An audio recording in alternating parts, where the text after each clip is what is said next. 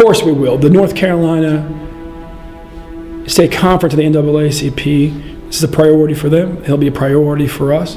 The reality is that there are still too many black activists who are being mistreated in this country, who are, carry badges of shame, if you will, for having spent time in prison that can mess up your lives in other way, who at the end of the day, their only crime was standing up for their people and standing up for humanity and demanding that humanity act like humanity. And so in the case of the Wilmington 10, we will push and we will support our state conference in their push to ensure that finally their names are cleared.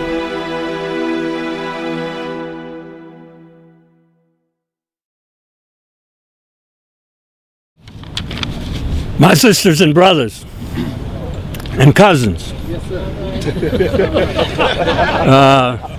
I'm here on behalf of our national president, Ben Jealous, who worked several years with the NNPA, and I know I've talked to him at length about it, and of course Reverend Dr. William Barber, our president here in the state. Both of them are in Florida. Sent their best regards to all of you, sent to all the Wilmington 10, and said that anything the national NAACP or the North Carolina NAACP can do to help in this struggle, we want to do it.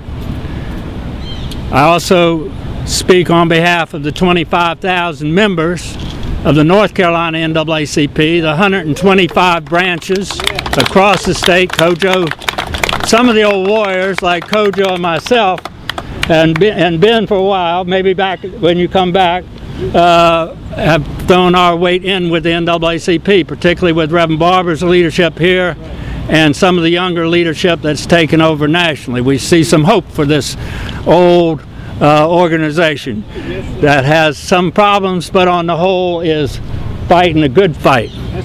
And in North Carolina, I think you all agree that Reverend Barber has turned this ship around and has built a mighty historic thousands on Jones Street coalition.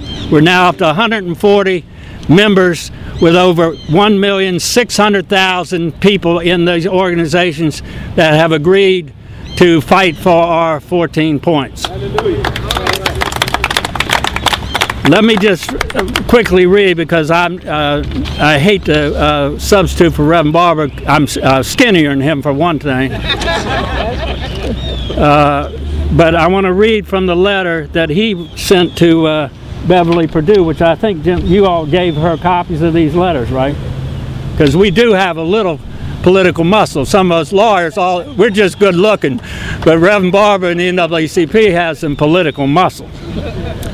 So I won't review some of the things he said because they've already talked about it, but he does review this Fourth Circuit opinion in Chavis versus State of North Carolina, and talked about how back then, I think 1980, is that right, James? 81, the Fourth Circuit came down and indicted basically the prosecutor and the judge and the whole way this sham trial went down. But here we are, that's 81, and here we are 2012. And this is what Reverend Barber told the governor, who we know very well. He said, "Such gross prosecutorial misconduct is often associated with the trials of poor minorities and civil rights activists.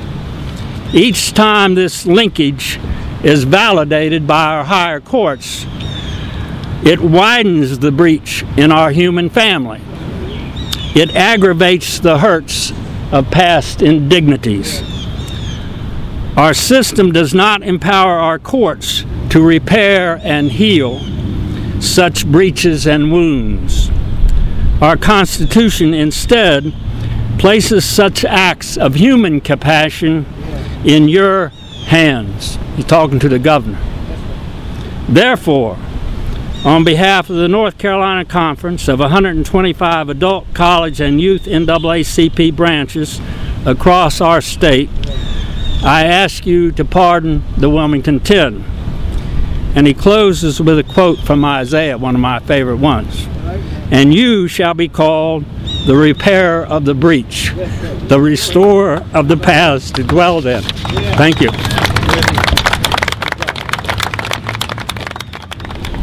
On December the 4th, 1980, the Fourth Circuit U.S. Court of Appeals reversed and overturned the convictions of the Wilmington Ten.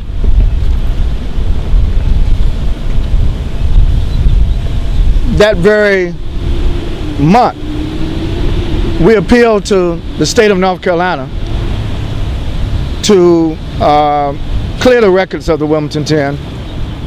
A pardon of innocence should have been issued immediately after the Fourth Circuit U.S. Court of Appeals. And just for the record, the Fourth Circuit U.S. Court of Appeals is a federal court that did a detailed analysis, a detailed review of all the facts and the circumstances. 55 members of the Congress of the United States filed an amicus curiae brief after Griffin Bell ordered the FBI to do an independent study of the Wilmington Ten case. So by the time it got to the Fourth Circuit, it was not a secret that an injustice had been done. Now, Governor Perdue has an opportunity to right the wrong. And we cannot go back to 1980. This is 2012. And I believe that the governor has ample time to do the right thing. We gave her the petition today. And we do not expect to wait another 40 years for a pardon of innocence.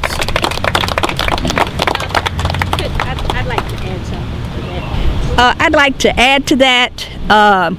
In February of 2011, we commemorated the 40th anniversary of the Wilmington Ten. The city of Wilmington issued a letter of apology. I think it is appropriate that the city of Wilmington recognize this moment in our history. The people that were taken into custody and eventually tried were done an injustice, a tremendous injustice by our judicial system. But it was a very tough time in our community, and I think it's only appropriate that we recognize those folks and apologize to those folks for the injustice that was done to them during this time in 1971. There were some very tough times here. There was an article in a local paper that had a headline that read something like, you know, the journey is over. I can't remember the exact words. And the next day, Ben, Kojo, Reverend Leon White met with me at the Wilmington Journal. And we were talking about what happened and some feeling that the journey was over and that the apology was enough. And I made the statement that the journey is not over. An apology is just a start. I said, let me see what I can do, but I'm going to have to take it to someone who's much bigger than I am. I got on the telephone and I called who at that time was the chair of NNPA's foundation, Dorothy LaVille.